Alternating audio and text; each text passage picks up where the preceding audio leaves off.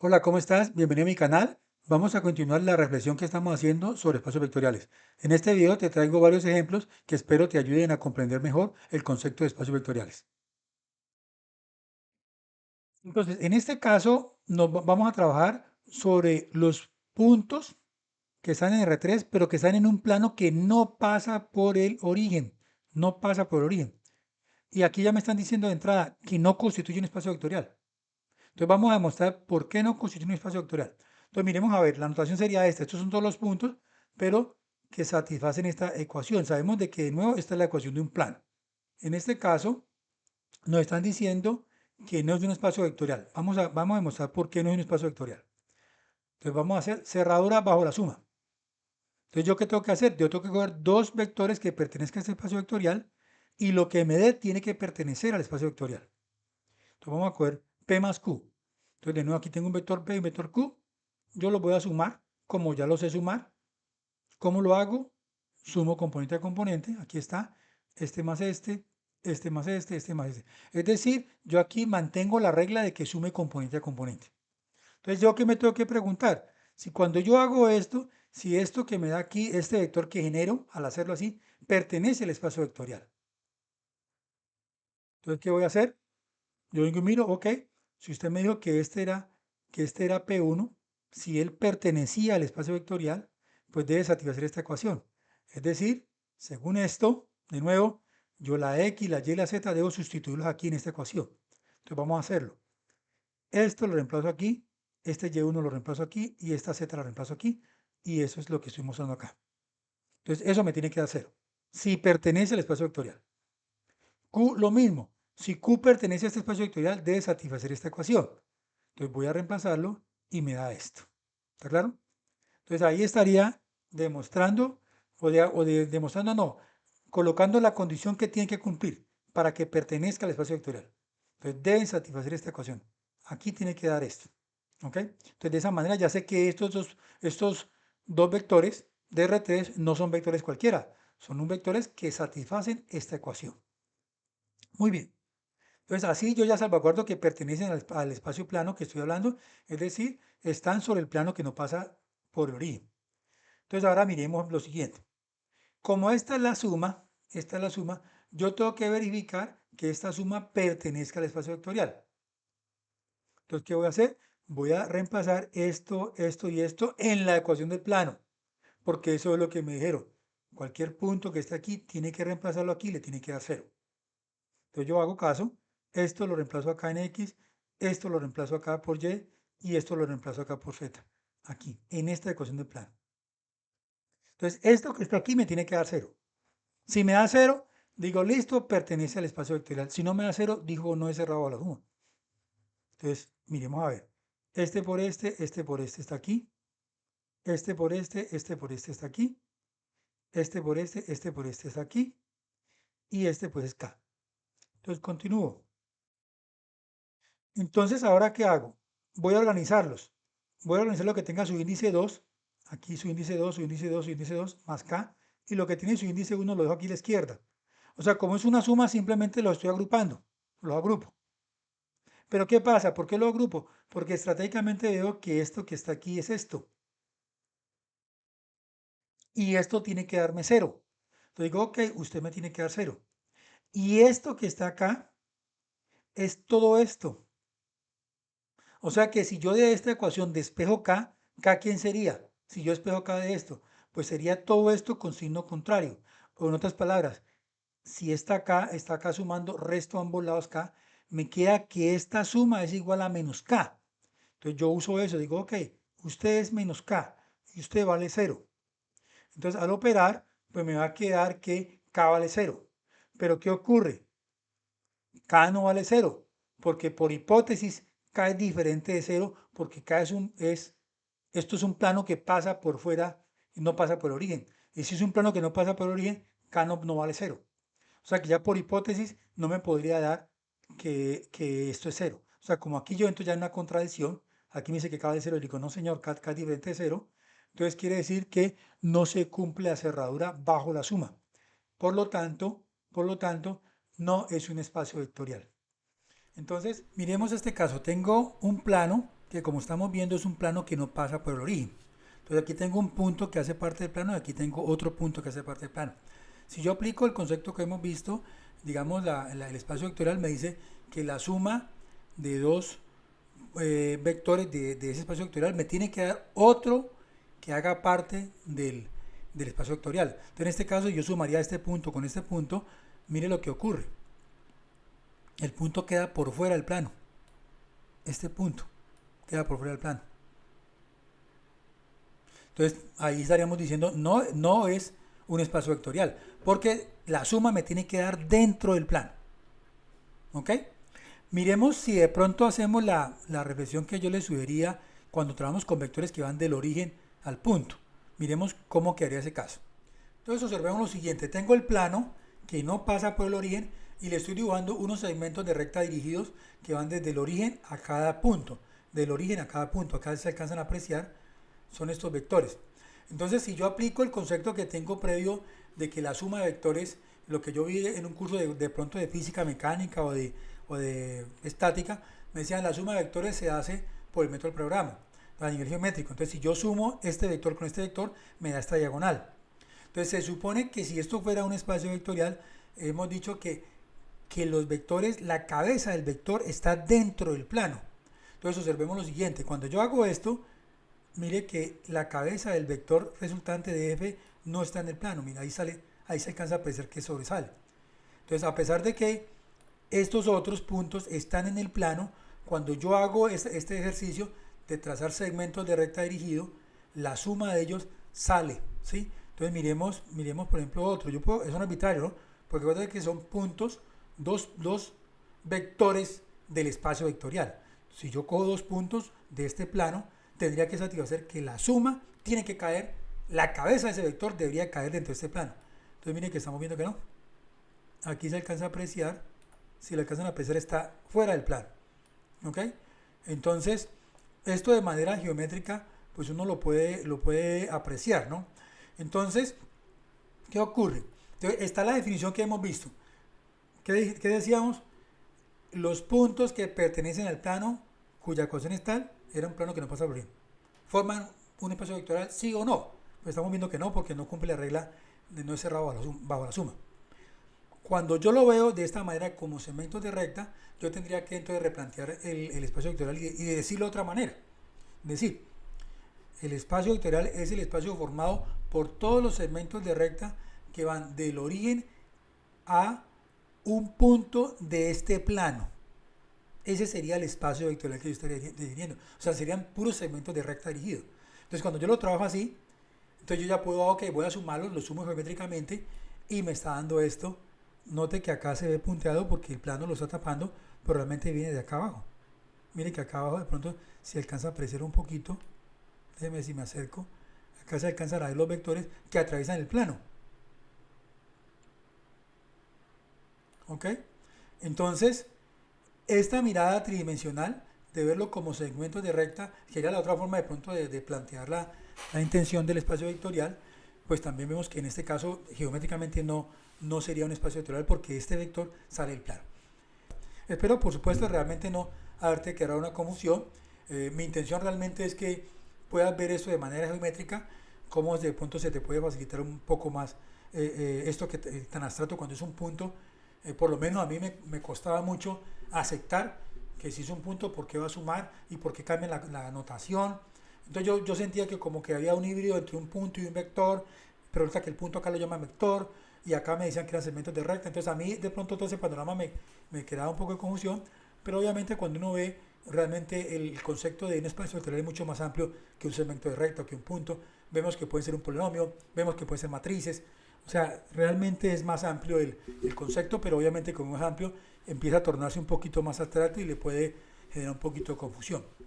Yo creo que el hecho de trabajar con segmentos de recta, o por lo menos en R2 y en R3, cuando estábamos hablando del espacio de Rn y n vale digamos 2 o 3, cuando uno lo logra vincular a estos segmentos de recta, puede comprender un poco más por qué es que suma componente a componente y por qué es que está haciendo la multiplicación de las componentes del vector por el escalar. Creo que se ilustra un poco mejor. Bueno, de pronto es mi apreciación, puedo estar equivocado, ¿no? Entonces, pero yo quiero ser enfático en algo. No estoy diciendo en ningún momento que el espacio vectorial planteado, como hemos dicho, esté mal. Es decir, cuando yo planteo que el espacio vectorial está formado por los puntos del plano, no, no, porque así se definió con las reglas. ¿Con cuáles reglas? Dos reglas inicialmente. Sume coordenada con coordenada y multiplicando escalar de la multiplicación por un escalar, haga cada coordenada del punto por el escalar. Entonces esas son las reglas con las que usted juega. Cuando usted se viene por el lado geométrico, ¿cuáles son las reglas? Le dicen sume con el método del paralelogramo y la multiplicación amplíe o encoja el vector, no le cambie el sentido del vector dependiendo del valor del alfa. Eso es geométricamente. ¿Ok? Entonces, bueno, espero que eso pues te ilustre un poco más lo que quiero mostrar. Otro espacio vectorial que uno suele encontrar es el espacio formado por el conjunto de polinomios con coeficientes reales de grado menor o igual a n. Es decir, esto es polinomio, en donde cada uno de estos coeficientes son números reales. Todo este conjunto de polinomios forman un espacio vectorial. Entonces vamos a mirar lo siguiente.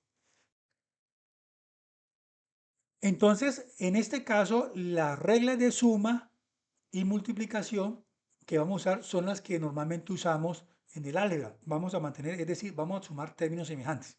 Y los números, los coeficientes los multiplicamos como con números reales, ¿vale? Entonces, esas reglas de suma, pues, estamos viendo que van a ser distintas, por supuesto, a las que usábamos en los otros vectores, en donde eran los arreglos que sumamos componente a componente.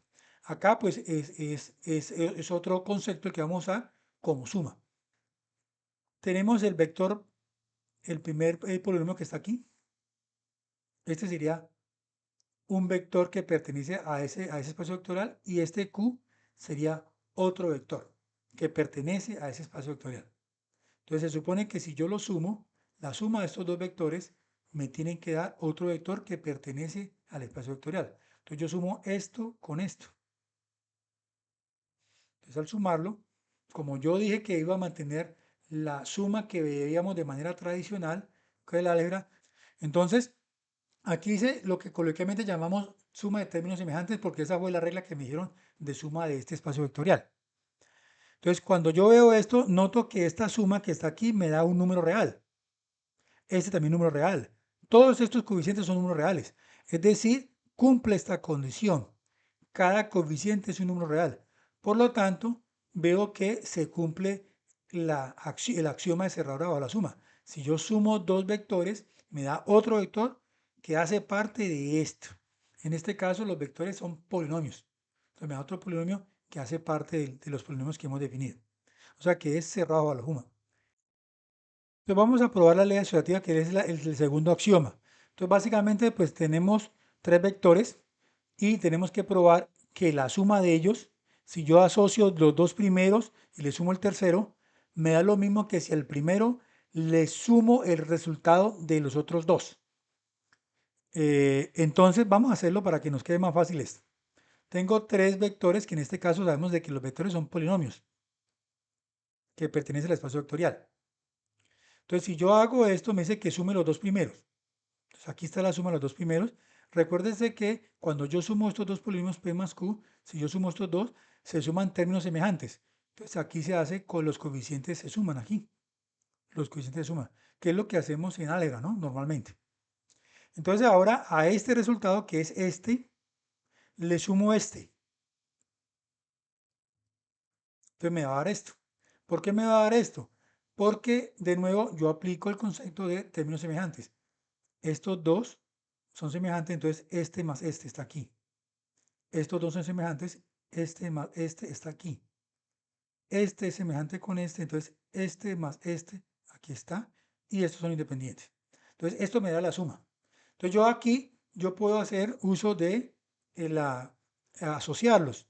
Yo puedo agrupar estos, agrupar esto, agrupar esto y agrupar esto, porque estos son números reales. Como números reales es una suma de números reales, la suma de números reales me permite hacer una asociación, yo los puedo agrupar. Pero ¿qué veo con esto? Cuando yo lo agrupo así, veo que si yo hiciera la operación del álgebra, es decir, este por este, y después este por este, lo puedo separar. Asimismo, este por este, más este por este, según el álgebra, ¿no? Este por este, más este por este. Entonces, miremos a ver. Este por este me da este. Este por este me da este. Este por este me da este. Y este por el término independiente. Entonces lo dejo ahí, digamos, los coloqué en ese orden de primeros. Y después digo, ok, más este por este está aquí. Más este por este está aquí. Más este por este está aquí. Más el término independiente. O sea que realmente esto es lo mismo, solo que lo he reescrito como obviamente me favorece porque yo sé hacia dónde voy. Mire que yo aquí logré que esta parte corresponde a quién, toda esta primera parte, ¿quién es? Es este ¿quién es? P, P. ¿Y quién es esto que está aquí? Estamos viendo que es la suma de Q más R, que es lo que me pedían que probara. Entonces ahí estaría probando que la ley asociativa se cumple, o sea que la suma de 2 lo podemos cumplir. Existencia. Entonces ahora vamos a probar este axioma que es el 3. Nos dicen que tenemos que probar que existe el elemento neutro, es decir, un vector nulo que al sumárselo a cualquier otro vector me dé el otro vector sin ningún cambio. En el caso de este de que estamos trabajando, los vectores son polinomios. Entonces nosotros vamos a definir el vector como este polinomio, donde los coeficientes son 0. Entonces si yo lo defino así, mi vector nulo, de esta manera, veo en primera instancia que este polinomio sí pertenece al espacio vectorial. ¿Por qué lo sé? Porque los coeficientes son 0, 0, 0 y 0. El 0 es un número real y esa es la condición que tiene el polinomio según la definición que nos dieron. Los coeficientes tienen que ser números reales. Y como el 0 es un número real, yo digo, ok, yo lo puedo definir así y estoy salvaguardando que este vector nulo sí pertenece al espacio vectorial. Ahora bien, como yo sé que tengo que hacer la suma como lo hacemos de manera tradicional, si yo a cualquier polinomio le sumo a un polinomio con esta forma, pues me da el otro polinomio. Es decir, el otro polinomio queda idéntico, no cambia. Entonces, de esta manera estoy viendo que si yo defino mi vector nulo de esta manera, cumplo. Es decir, existe un elemento neutro para este espacio vectorial. Entonces, ahora vamos a continuar con el siguiente axioma. Entonces, continuemos. Vamos a verificar el siguiente axioma que es la existencia del inverso aditivo. Entonces, si P sub X pertenece a P sub N, existe un vector menos P que pertenezca a P sub N tal que P sub X más menos P sub X me tiene que dar el vector nulo. Este menos P de X, se llama inverso aditivo, ¿cierto? Es la existencia del inverso aditivo. ¿Qué vamos a hacer? Vamos a definir el polinomio P como este, ¿cierto? Que pertenezca al espacio vectorial. Entonces, si yo lo defino así, también puedo definir menos P de esta manera. Yo voy a definir menos P como este polinomio, aquí con un menos. Similar a este, pero todos con un menos. Si yo hago eso, me hago la pregunta, ¿este polinomio que he definido pertenece al espacio vectorial, sí o no? Porque este lo estoy definiendo yo. Entonces, cuando yo lo reviso, digo, ok, espérate, cada coeficiente es un real. Sí, que son negativos, de pronto si este fuera positivo, pero en última no pasa nada, porque esto es real, esto es real, esto es real, esto es real. Sí, sí, o sea que si usted lo define así, sí pertenece al espacio vectorial. Y por lo tanto, si yo hago la suma, pues definido de esta manera, pues por supuesto al sumarlo, pues me va a dar el vector nulo. Por lo tanto, se cumple la existencia del inverso aditivo, ¿ok? Porque yo lo he definido de esta manera. Ahora decimos que sea cerrado bajo la multiplicación por un escalar. Entonces, de nuevo, pues yo voy a escoger un polinomio que pertenezca al espacio vectorial y voy a escoger un alfa. Entonces, acá de nuevo, ¿qué vamos a hacer? La multiplicación del escalar por el vector la vamos a hacer con la regla que usamos en álgebra, ¿ok? Entonces yo tengo mi polinomio que voy a decir que este polinomio pertenece al espacio vectorial. Entonces yo hago alfa veces el polinomio, pues multiplico cada componente, cada término, perdón, cada término del polinomio va a ser multiplicado por alfa. Entonces este por alfa, este por alfa, este por alfa, todo para este por alfa, porque así lo hacemos en álgebra y así nosotros dijimos que íbamos a utilizar en este caso. En el caso del polinomio nos dijo, mire, la regla que usted va a usar para multiplicar es esta. Entonces yo estoy haciendo uso de la regla que me dieron. Entonces, ¿qué observo ahora? Vengo, analizo, venga, ¿esto que me da aquí qué es? Ah, esto es un número real, porque alfa es un número real, es una escalar, pero es un número real. Y aquí es el producto de dos reales, el producto de dos reales me da otro real. O sea que esto es un real, esto es un real, todo un real. O sea que por lo tanto hacer esto me produce un vector que efectivamente pertenece al espacio vectorial. O sea, por lo tanto, cumple la condición, por lo tanto, es cerrado bajo la multiplicación. Los otros axiomas se pueden probar de manera similar. No los voy a resolver para que el video no me quede tan largo. Entonces te invito a que por favor tú los trabajes y llegues a la demostración de los diferentes axiomas que hacen falta.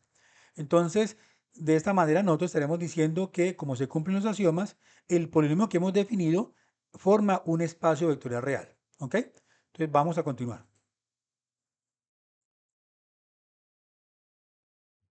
Bueno, miremos este caso que de pronto nos puede ilustrar un poco más de algunas diferencias, ¿no? Nos dicen que acá el espacio vectorial es P sub n, pero nos pone una condición, con el término constante a sub 0 positivo. Es decir, es similar al anterior, pero la condición es que este caballero siempre va a ser positivo. ¿Ok? Los demás, o sea, igual, tienen siendo, todos son números reales. Pero le han colocado la restricción de que este sea positivo. Entonces vamos a ver si es o no un espacio vectorial. Entonces miremos a ver, la existencia del elemento neutro. Vamos a ver si existe el elemento neutro. Si yo defino eso, debe existir un elemento neutro, ¿no?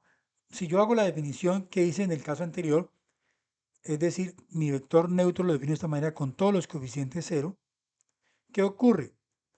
Que en este caso, este polinomio que he definido constante cero, el polinomio, llamémoslo así, polinomio constante cero, todos son cero, los coeficientes son cero, pues no tiene un término constante positivo, porque acá este cero es cero, no es una constante positiva. Entonces ahí ya viola la primera condición, y es que este a su cero tiene que ser positivo. O sea que en ese sentido no existe un elemento neutro que pertenezca a este espacio vectorial. Entonces ya no cumple esta condición. La otra condición es que exista un inverso aditivo. Entonces, si existe un inverso aditivo, yo sé que tengo que generar un polinomio menos p, como en el caso anterior, donde le pongo negativo, negativo, aquí negativo, negativo, y este me quedaría aquí con un menos. Si en el caso anterior a sub 0 fuera positivo, este va a ser negativo. Entonces no va a cumplir. Entonces, estamos viendo de que en este caso, este va a ser negativo. ¿Por qué va a ser negativo? Porque yo ya sé que por condición el polinomio p sub x, este polinomio, este término es positivo. Si es positivo y yo le pongo acá un menos, lo vuelvo negativo. Entonces, el polinomio que surge para hacer el inverso aditivo, tendría que ser con un menos. Sería negativo. Pero por la naturaleza del espacio que me dijeron, si es negativo, no pertenece al espacio vectorial. Es decir, que no es posible generar o que exista en este espacio el inverso aditivo. Entonces mire que ahí están dos condiciones que no está cumpliendo. No existe elemento neutro ni tampoco existe el inverso aditivo. Como no cumple las dos condiciones, viola estos dos axiomas, el espacio propuesto no es un espacio vectorial. ¿Ves? Entonces de pronto acá esto ilustra un poco más la idea de pronto no la trivialidad del otro caso, ¿no? Vamos a resolver este último punto, en el cual nos están diciendo que nos dan el conjunto de puntos que pertenece a esta recta. Aquí nos dan las ecuaciones paramétricas de una recta. Entonces nos están diciendo que determinemos si es o no un espacio vectorial. En este momento pues, es importante que usted ya sepa y tenga la capacidad de identificar que estas son las ecuaciones paramétricas de una recta. Si por alguna razón de pronto no tiene ese conocimiento, busca ahí en el canal, yo tengo un video, varios videos sobre la recta, explico todo, entonces de pronto lo puede revisar ahí o leerlo de un libro. Entonces, de momento, pues yo voy a asumir que usted ya tiene el conocimiento de que esto es la ecuación paramétrica de una recta. Básicamente, ¿qué es? Si aquí está la x, la y y la z, que son las coordenadas del punto. Entonces, cualquier punto va a tener estas coordenadas. En x va a tener esto, en y va a tener esto y en z va a tener esto. Entonces, yo puedo generar cualquier punto de la recta cuando cambie el parámetro t, cuando vale 0, cuando vale 1, cuando vale menos 2. Yo le puedo dar cualquier valor a la t y tan pronto yo cambie t, voy a generar una x, una y y una z. Esos son los puntos, me va a dar por las coordenadas del punto de la recta. Entonces me están diciendo que verifiquemos si esa recta, los puntos de esa recta forman un espacio vectorial o no. Entonces vamos a verificar, de entrada, digamos, verifiquemos la existencia del elemento neutro. Entonces, para probar esto tenemos que demostrar que existe el elemento neutro en este espacio vectorial. Entonces, si nosotros definimos el elemento neutro como el punto de coordenadas 0, 0 y 0, o sea, 0 en x, 0 en y, 0 en z, estamos diciendo que este punto obviamente hace parte, pertenece a la recta. Pero entonces, cuando yo vengo y miro acá, Digo, ok, si la x vale 0, ¿cuánto vale el parámetro? El parámetro t valdría menos 1. T valdría menos 1. Pero cuando vengo y miro acá, si la y vale 0, la t valdría 0. Si la z vale 0, aquí el t, el parámetro valdría 1. Es decir, aquí yo pongo el 0, despejo, t vale 1. Estoy viendo que para que esto valga 0, la x valga 0, la y valga 0 y la z vale 0, el parámetro t me está dando diferente. Y eso no puede ser. El parámetro tiene que ser el mismo para los tres valores, tanto de x, de y y de z. Entonces eso me permite concluir que este punto no pertenece a la recta. Por lo tanto, yo no puedo encontrar un elemento neutro para este espacio vectorial definido de esta manera. Por lo tanto, pues ya no cumple esta condición. Entonces, miremos qué pasa con el inverso aditivo. Yo también tengo que demostrar que existe un inverso aditivo. Entonces, según esto, ¿no? Entonces, vamos a hacer lo siguiente. Si yo considero que este es el punto, voy a colocarlo como un punto, ¿no? Aquí está la x, que es esto, la y es esto, y la z es esto. Es decir, lo coloco en notación de un punto. Entonces, el inverso aditivo sería este. Le cambio el signo a este, entonces me da menos t menos 1. A este le cambio el signo, me da menos 2t. Y a este le cambio el signo y me da menos t más 1. ¿Por qué lo cambio? Porque yo necesito que cuando lo sume me dé 0, me dé el vector nulo. Entonces, al yo hacer esto, este sería el inverso aditivo de este punto. Pero entonces, ¿qué estoy viendo? Que este punto que yo genero no pertenece a la recta. Pero bueno, ¿y cómo es que no pertenece a la recta? Efectivamente, si yo trato de transformar esto para que me dé como estaba antes, no tengo forma de lograr expresarlo de esa forma. Entonces, de pronto aquí puede causar un poquito de confusión. Entonces, vamos a mirarlo de otra forma, que nos quede de pronto más fácil. Si yo defino el inverso aditivo de esta manera, o sea, la x así, la y así, la z así, es decir, a partir de esto, o a partir de esto que es lo mismo, cambiándole el signo a cada uno de ellos, repito, para poder que cuando lo sume me dé 0, ¿qué va a ocurrir? Por ejemplo, si t vale 0, si t vale 0, ¿qué pasa acá? X vale menos 1. Aquí la y valdría 0 y la z valdría 1. Es decir, estas serían las coordenadas de un punto que me daría en este caso de este inverso aditivo. Entonces, este. Pero ese punto tiene que pertenecer a la recta, porque si no, no pertenece al espacio vectorial. Entonces, ¿qué quiere decir? Que si yo estas coordenadas de este punto vengo y la reemplazo en esta, que es la recta, tengo que reemplazarlo ahí porque él debe ser parte de esa recta. ¿Qué voy a encontrar? Miremos a ver. Si yo digo que la x vale menos 1, aquí lo reemplazo. De esta expresión yo puedo despejar t y encuentro que t vale menos 2. Quiere decir que en los otros también la t tendría que darle menos 2 para poder yo decir que ese punto sí pertenece a la recta. Sin embargo, miremos lo siguiente. Aquí la y vale 0. Entonces, cuando yo le pongo que la y vale 0, acá el parámetro t me va a valer 0. O sea que ya veo que es diferente. Y acá me dice que la z vale 1. Si meto el 1 acá, reemplazo el 1 acá, acá me daría esto y resuelvo el parámetro t vale 2. Entonces estoy viendo que este punto me está generando diferentes valores de t. Por lo tanto, este punto no pertenece a esta recta.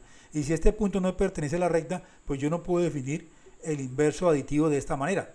Es decir, no tengo forma de encontrar un inverso aditivo. O sea que ya tampoco cumplo este axioma. Entonces ya estoy violando dos axiomas.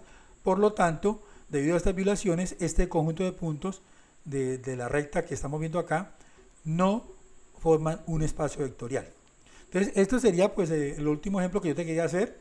Espero por supuesto que el video te sea útil. Si te gustó, no te olvides darle like, compartirlo con tus amigos y nos estaríamos viendo en otro video. Muchísimas gracias por la atención.